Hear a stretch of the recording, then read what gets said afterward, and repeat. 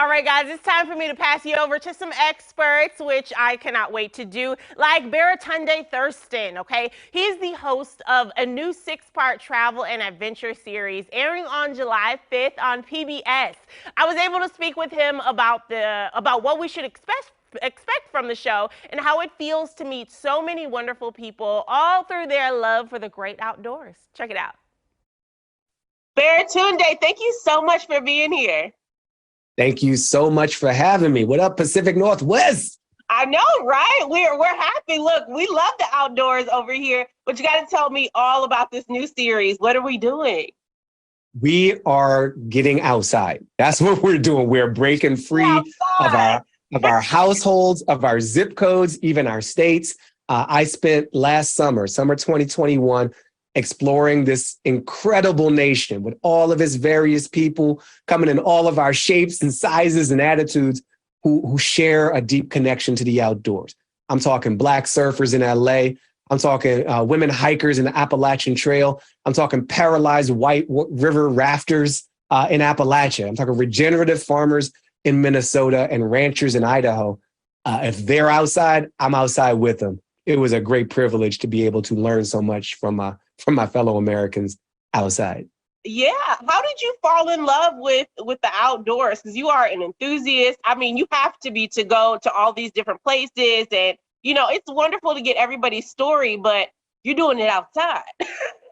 I am. And it started, as many things with most of us, with my mother. I grew up in Washington, D.C., born in 1977.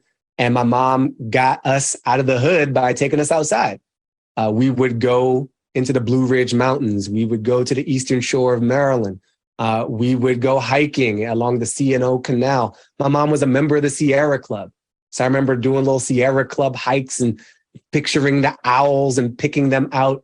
And so when I'm out, you know, in Duluth, Minnesota with Dudley Edmondson, this photographer, Black photographer, and he's picking out the birds, I'm having this flashback to my own childhood. It was getting to like relive and re-embody and reclaim this essential part of myself. And look, there's a quick connection to Portland. My mom, that was the last city my mother lived in, was Portland, Oregon.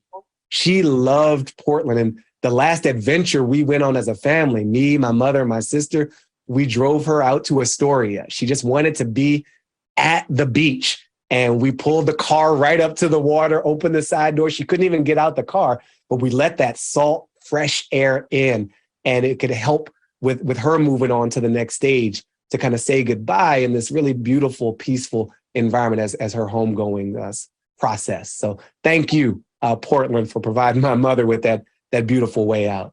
Oh my gosh, that is so beautiful. We love that. And you know, it sounds like this show is more than just, you know, History Channel, going to places, looking at some mountains, and then getting out of there.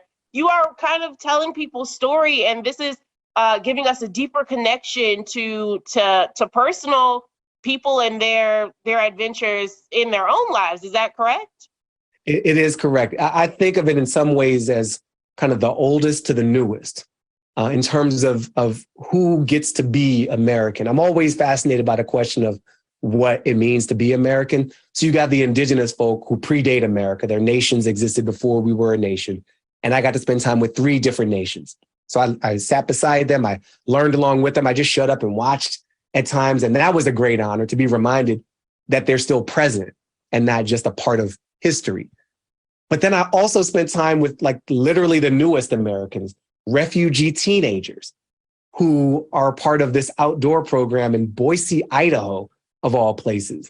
And to hear the teenage excitement mixed with reverence for something slow. I'm used to teenagers getting excited about TikTok and Snapchat. That's predictable, that's easy. The Minecraftness of it all goes without saying.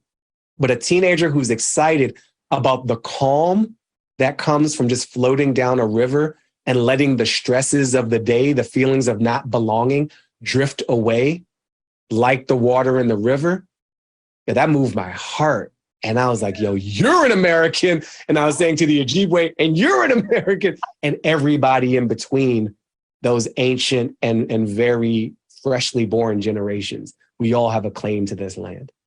Well, Baratunde, you sold me. I'm tuning in. You got a viewer in me. Yes. Tell Yes. everyone where they can catch America Outdoors. We premiere July 5th, 9 p.m. on PBS. And if you're not one of those people who has a television, you don't have to hit me with that noise. Go to pbs.org/America Outdoors. You can stream it for free on the website or in the PBS app. They won't ask you for your credit card or even your email address. It's your network. You already paid for it. So please watch it and find your own version of the outdoors that gives you some sense of peace and love and restoration, because we all need and deserve that. We love that. Thank you so much for being here. Thank you for having me.